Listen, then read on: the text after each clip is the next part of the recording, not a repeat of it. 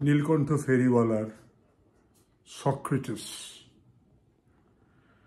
নদীটা বইছে নিজের খেয়ালে, দুর্গম পথ চিড়ে, পাহাড়কে কেটে, বন বাদারের কাঁটা ঝোপ দুই তীরে। কত বনপথ প্রান্তর আর গ্রামের ভিতর দিয়ে কত বিভঙ্গে পাখিরা উড়ছে, পথিক উঠছে গেয়ে। কত প্রেমিকার হৃদয়ের স্রোত মিশে জোছনায় জলে, কত প্রিয়তম দূরে কোনো দেশে আন মনে পথ চলে।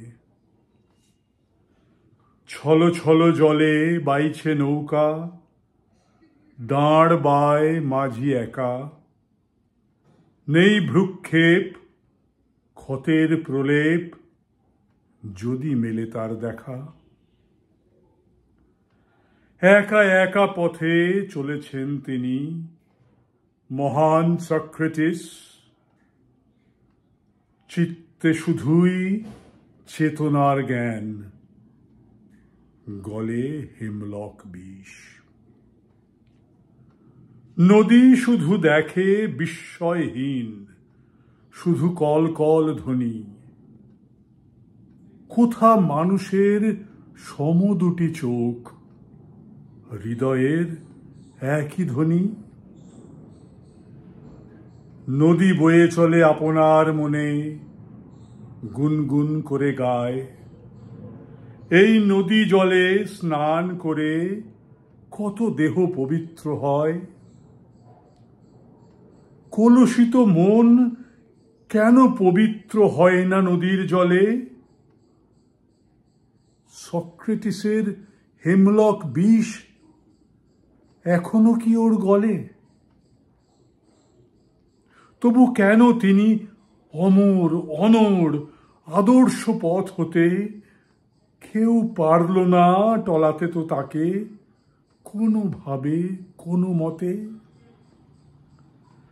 কোথা আনুটিস, মেলেটিস আর লাইকন বলো কই? সক্রেটিস তো এক মহিরুহ, তাঁর দিকে চেয়ে রই। আদর্শ এক নিটোল পাহাড়, মহিরুহ মহাকাল। বিভ্রান্তিরা কীট পতঙ্গ, খড়কুটো ওড়া চাল। বড় নৃশংস কঠোর এ পথ, আদর্শ যে পথে চলে। কত দুর্বল মানুষ নাইল স্নিগ্ধ নদীর জলে। সুশীতল হলো দেহ তনু, তবু মন চঞ্চল কেন? আদর্শ বড় শক্ত পাথর, পাষাণের মতো যেন। বয়সের ভার নুব্জ করেনি ঋজু দেহে চোখ দুটো। কি যে জ্যোতি তার, হার না মানার দৃঢ়তায় সংযত। হে সক্রেটিস, আমার প্রণাম। কভু পৌঁছয়ে যদি, হেমলক বিষ ঢালব কণ্ঠে, তারপর হব নদী।